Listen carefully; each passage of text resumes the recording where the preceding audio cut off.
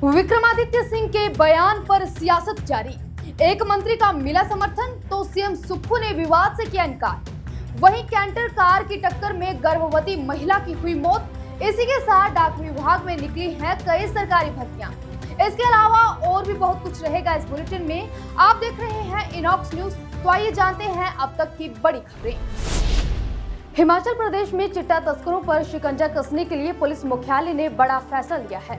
अब चिट्टे के खिलाफ कार्रवाई जिला स्तर तक सीमित नहीं रहेगी, बल्कि शिमला, मंडी और धर्मशाला पुलिस रेंज के माध्यम से सीधा और समन्वित एक्शन होगा। रेंज स्तर की स्पेशल टास्क फोर्स को सभी जिलों में छापेमारी, गिरफ्तारी और जांच की खुली छूट दी गई है।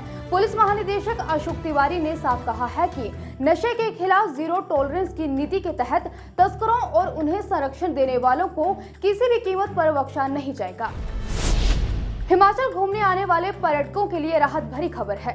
दिल्ली से धर्मशाला का हवाई सफर अब सस्ता हो गया है। दिल्ली से गग्गल स्थित कांगड़ा एयरपोर्ट की फ्लाइट का किराया घटकर करीब 4,000 से 4,297 रुपए तक पहुंच गया है। इंडिगो और स्पाइसजेट दोनों ही कंपनियां इस दर पर सेवाएं दे रही हैं। कुछ दिन पहले हड़ताल के चलते किराया 4 गुना तक बढ़ गया था, लेकिन अब यात्रियों की संख्या कम होने से किराए में कटौती की गई है। कांगड़ा एयरपोर्ट से फिलहाल इंडिगो की 3 और स्पाइसजेट की 2 उड़ानें संचालित हो रही हैं।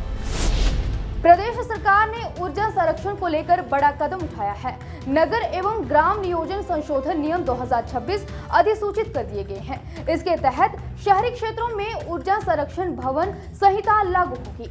750 वर्ग मीटर से बड़े भवनों पर मानक अनिवार्य होंगे।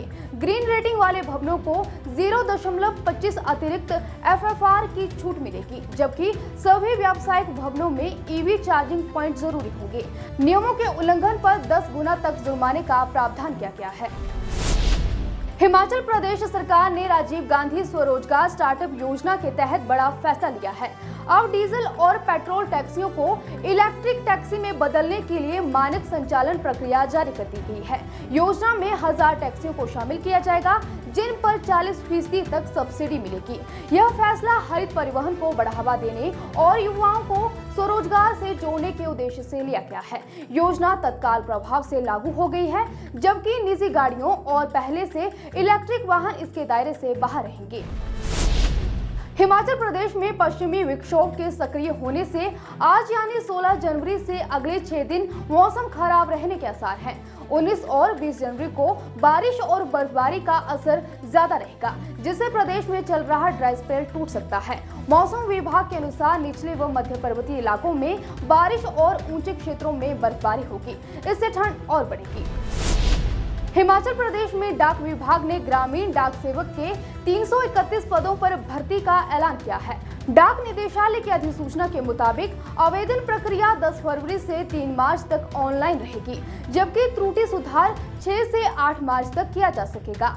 चयन 10वीं के अंकों के आधार पर मेरिट से होगा, कोई लिखित परीक्षा नहीं होगी। इन पदों में 137 अनारक्षित, 62 OBC, 83 SC, 12 ST और 37 पद EWS वर्ग के लिए रखे गए हैं। आयु सीमा 18 से 40 वर्ष तय की गई है। आरक्षित वर्गों को नियमों के अनुसार छूट मिलेगी। कांगड़ा जिला एक बार फिर गौरवान्वित हुआ है। देहरा उपमंडल की रहने वाली नितिका ने आपदा मित्र के रूप में अपने समर्पण और निस्वार्थ सेवा से प्रदेश का नाम राष्ट्रीय स्तर पर रोशन किया है। पिछले 3 वर्षों से नितिका ने आपदाओं के दौरान राहत, बचाव, लोगों और पशुओं के रेस्क्यू में अहम भूमिका निभाई। उनके उत्कृष्ट कार्यों को देखते हुए 26 जनवरी को राष्ट्रपति भवन नई दिल्ली में आयोजित कार्यक्रम के लिए उन्हें आमंत्रित किया गया है। हिमाचल प्रदेश में युवाओं में बढ़ते HIV मामलों को देखते हुए स्वास्थ्य विभाग ने कॉलेजों में रेड रिबन क्लब के माध्यम से जागरूकता अभियान तेज कर दिए हैं। कांगड़ा जिले में 29 कॉलेजों में सेमिनार, रैलियां और संवाद कार्यक्रम आयोजित किए जा रहे हैं। विभाग के अनुसार प्रदेश में HIV के 60% से अधिक मामले 16 से 45 वर्ष आयु वर्ग से जुड़े हैं। रेड रिबन क्लब के स्वयंसेवक युवाओं को सुरक्षित व्यवहार अपनाने, समय पर जांच कराने और भ्रामक धारणाओं से दूर रहने के लिए प्रेरित कर रहे हैं। जिला बिलासपुर में एक ही दिन में हुए 2 सड़क हादसों ने सभी को झकझोर दिया। किरतपुर नेरचौक 4 लेन पर बलोह टोल प्लाजा के पास कैंटर और कार की टक्कर में एक गर्भवती महिला की मौत हो गई, जबकि उसका पति गंभीर रूप से घायल हुआ है। वहीं जंडोरी लेहड़ी लिंक रोड पर एक गाड़ी 200 फुट गहरी खाई में गिर गई, जिसमें एक ही परिवार के 4 लोग घायल हुए हैं। पुलिस ने दोनों मामलों में जांच शुरू कर दी है। हिमाचल प्रदेश में बाहरी आईएएस आईपीएस अफसरों को लेकर दिए गए मंत्री विक्रमादित्य सिंह के बयान पर सियासी बहस जारी है। अब शिक्षा मंत्री रोहित ठाकुर ने उनके बयान का समर्थन किया है। रोहित ठाकुर ने कहा है कि प्रदेश के विकास में बाहरी और राज्य के अपने अधिकारियों दोनों का अहम योगदान रहा है।